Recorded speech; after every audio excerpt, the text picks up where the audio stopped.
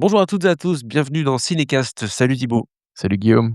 Cinécast, c'est l'émission qui vous fait découvrir les dernières sorties cinéma et streaming. Et avant de plonger dans notre film du jour qui s'appelle If I Had Legs, I'd Kick You, pensez à vous abonner sur votre plateforme préférée, à liker si vous êtes sur YouTube ou à laisser un avis sur votre application de podcast favorite.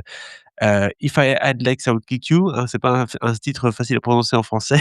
Il n'y a pas de traduction en français puisque le film, il n'est pas prévu pour une sortie en France actuellement. Si j'avais des jambes, je te Si shooterais j'avais dedans. des jambes, je te les foutais dans la gueule. Ça, ce serait le titre québécois. C'est un film qui sort le 11 mars en Belgique, Thibaut. Réalisé par, Mary Bronstein avec Rose Byrne, Ellen Hong et Josh Pace. Alors de quoi ça parle ce film? Ça parle de, Linda, qui a une vie qui s'écroule un peu autour d'elle et elle doit alors affronter ses démons intérieurs. C'est juste ça le synopsis, ça donne pas grand-chose. Pas de bande annonce malheureusement, c'est striké, mais on voit bien Rose Byrne dans son rôle d'une femme, presque caca quand même maintenant, hein, quadra, fin de quadra, Oui. qui vit une crise un peu existentielle puisqu'on se le disait en off avant de commencer cette critique, Thibaut et moi, que Rose Byrne, elle a déjà joué un peu ce personnage dans plusieurs choses, que ce soit des films ou aussi des séries avec Platonique, notamment sur Apple TV+ avec Seth Rogen. Ouais. Par Alors, contre, parce que tu avais dit, la date de sortie le 11, mais non, ça sort bien le 4, hein. C'est pour ça qu'on le fait bien, j'ai des mauvaises informations alors, donc on oui, a fait le c'est 4, pas grave, très ça bien, arrive, hein, on n'est pas une semaine près, hein. c'est clair, Mais donc ça c'est sort bien le 4 mars dans les salles en Belgique, voilà. OK, le 4 mars dans les salles en Belgique. Une performance qui a valu à Rose Byrne un Golden Globes, hein, qu'on le dise Tout quand à même. fait. Donc on pense souvent à Rose Byrne comme actrice de comédie et cetera, un peu légère, Ouais. mais elle est capable de livrer quand même du beau boulot. Pour moi, c'est un peu une actrice qui est dans les mêmes, styles, et d'ailleurs c'est la même génération, qu'une Emily Blunt un petit peu, tu vois? Actrice qui a joué souvent des seconds rôles et cetera, une femme ou autre et ben, Rose Byrne, c'est un peu ça. Mais elle a l'occasion ici de briller avec ce film que tu as vu, Thibaut. Exactement, je l'avais vu au Festival de Londres, hein, au BFI, et oui, je sais pas pourquoi j'ai pas fait la critique à l'époque. Trop de choses à faire à Londres, hein. Mauvais wifi aussi. Et extrêmement mauvais internet en Angleterre. Voilà, ça a été compliqué. Bref, mais oui, j'ai vu ce film et en fait alors c'est un film qui tournait déjà un petit peu en festival. Il avait commencé à Sundance en janvier 2025 et c'est un film qui avait fait assez forte impression, dont on parlait quand même pas mal, au niveau des festivals de cinéma de genre et cetera. Hem, Parce que c'est un film très particulier. D'ailleurs, je ne sais même pas encore comment je vais vous en parler exactement, mais globalement, on peut dire que, c'est un film qui est, très intriguant parce qu'il aborde des sujets, assez forts comme qui sont assez classiques en vrai, hein. Ça parle de la maternité, du burn-out, bon voilà, ça je peux le dire comme ça. Le truc, c'est que ça le fait de façon assez particulière, hem, qui va partir en fait un petit peu au niveau thriller psychologique, on va dire ça comme ça, pour faire simple et pour essayer de donner des pistes, assez classiques aux auditeurs.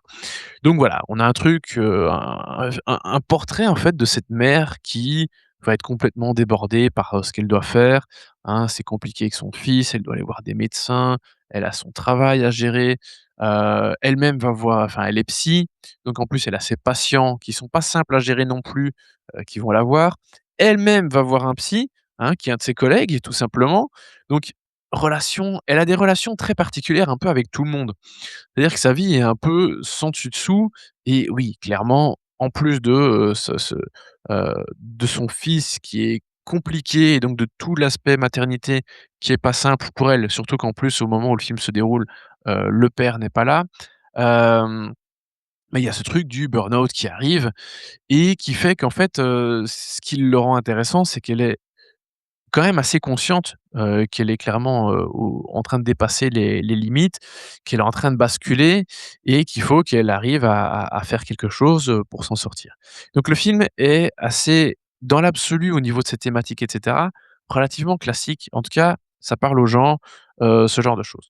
Là, où le film est intéressant, parce que j'ai dit qu'il tournait notamment pas mal au niveau des festivals de genre, c'est qu'effectivement dans la façon de l'illustrer alors, souvent dans les festivals de genre, on a des thrillers psychologiques, hein, la frontière entre thriller psychologique et cinéma d'horreur est parfois, assez fine. Mais ici, voilà, dans sa façon de l'illustrer, dans sa façon de montrer, quelque part, je vais dire, des mots qui sont pas tout à fait corrects, hein, mais je veux dire, pour illustrer la folie du personnage un petit peu, en tout cas pour montrer, sa dérive, il y a quelque chose vraiment qui relève du cinéma fantastique, du cinéma d'horreur. Mais attention, n'allez pas croire, que vous allez voir un film d'horreur si vous allez voir ça. C'est là que le film est intéressant, c'est qu'il joue sur des frontières parfois un peu, un peu floues ou en tout cas sur, des zones qui peuvent convenir à plusieurs genres. Je dirais pas pour autant que c'est vraiment un pur mélange des genres, comme on peut l'avoir sur d'autres films et c'est parfois casse-gueule et c'est parfois très réussi. Mais on a quelque chose vraiment au niveau de la mise en scène qui est, très intéressant et quelque chose où vraiment on ressent l'angoisse du personnage quasiment en permanence, parce qu'il y a ce truc très claustrophobique en fait. Il va y avoir un souci de dégâts des eaux dans sa maison, dans son appartement, un truc qui va lui prendre la tête et qui va avoir aussi un impact sur tout le reste. Donc il y a un truc de on est dans la maison, on est dans son cabinet, on est dans sa tête et donc il y a vraiment ce truc très bulle fermée comme ça, que la mise en scène parvient à bien faire retranscrire, en fait. Donc je Oui, trouve ouais. que c'est Mmh. c'est vraiment très intéressant à ce niveau-là. C'est vrai, on voit aussi dans la bande annonce, si vous avez l'occasion d'ouvrir la bande annonce, on a l'impression d'être vraiment dans sa tête avec, un peu de folie, un peu de tout ça, ça fait un peu penser et je suis très loin, mais le film Mothers avec, Jennifer Lawrence il y a quelques années où il y avait ces scènes un petit peu Ouais, bizarres, tu vois? alors on est Heu, quand même dans du moins bizarre que ça, mais oui, il y a un petit peu de ce truc, fantastique qui est présent au niveau de la façon d'illustrer, de présenter, ce côté psychologique un peu particulier. Après les films ont rien à voir, vous dites pas, faut pas vraiment pas vous dire que: «Ah j'ai détesté Mother, je vais pas aller voir ça». Non, les films n'ont quand même pas, grand chose à voir non plus. Donc ça va. Mais par contre, tu disais effectivement que Rose Byrne, c'est une actrice quand même beaucoup de comédie, pas que, hein. Elle a fait du cinéma d'horreur, hein. Elle est dans la saga Insidious notamment. Elle a fait des trucs plus mainstream, hein. Elle était dans les X-Men, hein, First Class et cetera. Donc c'est une actrice qui a une carrière quand même assez éclectique, et qui maintenant, bah oui, forcément, elle est en fin de quarantaine. Elle a des rôles de mère, un peu au bout du rouleau et ce genre de choses, hein. Tu parlais de la série Platonique aussi, où il y a ce truc de: «Ah, j'ai 40 ans, je suis un peu nulle part dans ma vie, qu'est-ce que je fais?» hein? Donc voilà, ça, elle le fait très bien et ici, c'est clair qu'il y a ce truc quand même au niveau de son jeu qui est vachement intéressant parce que ça mélange un peu pas mal de choses différentes, heu, qu'elle a déjà montrées par le passé, mais ici qu'elle mélange, hem, de façon un peu surprenante. Il y a ce truc de, bah oui, la mère complètement au bout du rouleau, il y a des trucs plus liés au cinéma d'horreur, il y a des choses plus liées à la comédie. Parce que tu sais, il y a ce truc de où le personnage se rend bien compte qu'il est au bout du rouleau et qu'il y a ce truc un peu de rire jaune, tu vois? ouais. Où, tu as envie de rigoler, mais en fait, c'est pas en fait, ça en devient c'est cocasse, mais ça en devient limite, lamentable, quoi, tu vois? Donc il y a ce truc où, tu sais pas si tu dois en rire ou en pleurer et ça, elle le joue super bien. Donc clairement au niveau, de son Golden Globe, il est pas volé du tout. J'aime beaucoup sa prestation et Dieu sait que c'est pas simple à jouer tout ce qu'elle a joué parce que le personnage vraiment, c'est les montagnes russes en permanence donc il y a quelque chose de très éprouvant quand même, sans doute pour elle à jouer et c'est vrai que ça peut l'être un peu pour le spectateur aussi. Moi, j'ai trouvé ça quand même assez, comment dire?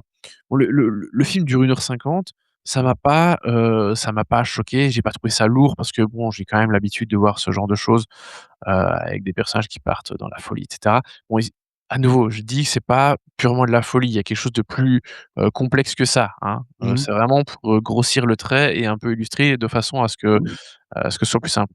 Mais oui, il y a quelque chose quand même de forcément, dès que tu vas dans un truc un peu plus psychologique, bah, oui, c'est pas simple et c'est pas juste léger, pendant 1h50 donc ouais, il y a un truc un peu lourd quand même, hein, déjà au niveau des thématiques aussi donc voilà.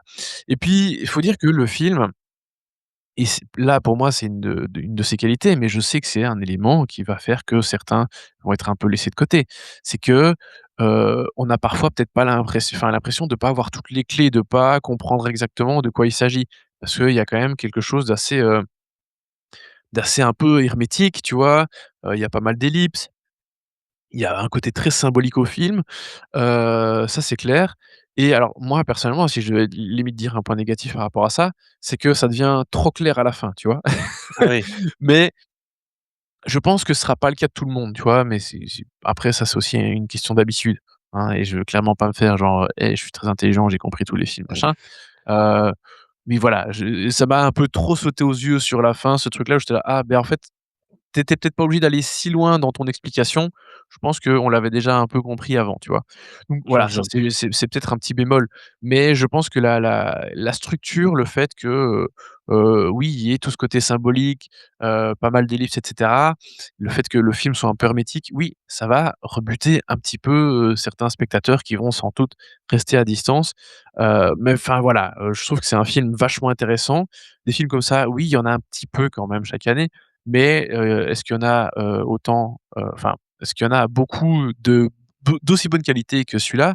Je ne pense pas. Donc voilà, en tout cas, je trouve que Marie Bronstein, elle a fait un super taf, de réalisatrice. C'est pas quelqu'un dont je connais très, très bien le travail pour être honnête et je pense que c'est même, j'allais dire son ouais, il me semblait bien, son deuxième long métrage. Donc voilà, elle a pas fait grand chose et pourtant, bah, clairement, elle s'est déjà fait un petit nom, sur la planète cinéma. décidément, c'est la semaine presque des nouveaux, j'ai envie de dire, en tout cas des des gens qui C'est ont pas vrai. fait beaucoup de films. Ouais, ouais, c'est beaucoup des premiers et deuxièmes longs métrages cette semaine. Donc voilà, c'était notre avis sur le film If I Had Legs, I Would Kick You. Combien tu donnes à ce film, Thibaut? Écoute, je pense que j'avais mis, si je ne dis pas de bêtises, 3 étoiles et demie à l'époque, quand je l'ai vu Ça continue. en octobre dernier. Donc voilà et oui, le film est quand même pas mal resté en tête, donc je vais rester sur cette note, ouais. C'était vraiment une très bonne surprise. C'est un peu dommage, quand même, enfin, c'est même très dommage qu'il ait pas de distributeur en France, qu'il ait pas de date de sortie pour Mmh l'instant. mh. Ça va peut-être finir directement, malheureusement sur des plateformes ou en DVD et cetera, ou VOD, donc restez aux aguets si jamais, parce que vraiment c'est un film qui vaut la peine et c'est assez surprenant, surtout que là alors peut-être que maintenant que Rose Byrne a eu, son Golden Globe, bon ça fait quand même presque un mois qu'elle l'a eu, hein, Mmh. quelques semaines. J'espère quelque part que les choses vont se décanter un petit peu et que, le film va trouver un distrib. Après voilà, on sait que, A24 ils ont tendance à surestimer un petit peu le marché français, par moment et à demander, aux distributeurs des prix, exorbitants. Donc voilà, c'est sans doute aussi pour ça que personne ne s'est vraiment positionné dessus, jusqu'à présent. Après, peut-être qu'il y a un deal qui existe et je suis pas encore au courant, hein, mais voilà. En tout cas, le film n'a officiellement toujours pas de date de sortie. C'est dommage. Donc j'espère que ça arrivera un jour ou l'autre. Voilà Bah, espérons-le parce que c'est toujours une et pour bonne rappel, occasion. et en Belgique, donc ça sort dans les salles le 4 mars. Voilà. Le Bref, 4 tout à mars fait cette semaine complet. donc. Voilà donc pour ce film. N'hésitez pas à nous dire dans les commentaires ce que vous avez pensé de ce film, si vous l'avez vu, ce que vous avez pensé aussi de Rose Byrne de manière générale. Est-ce que c'était mérité son Golden Globe? On se dit à très, très bientôt pour de nouvelles critiques. Abonnez-vous au podcast sur la plateforme de votre choix. Ciao, ciao. Ciao, ciao.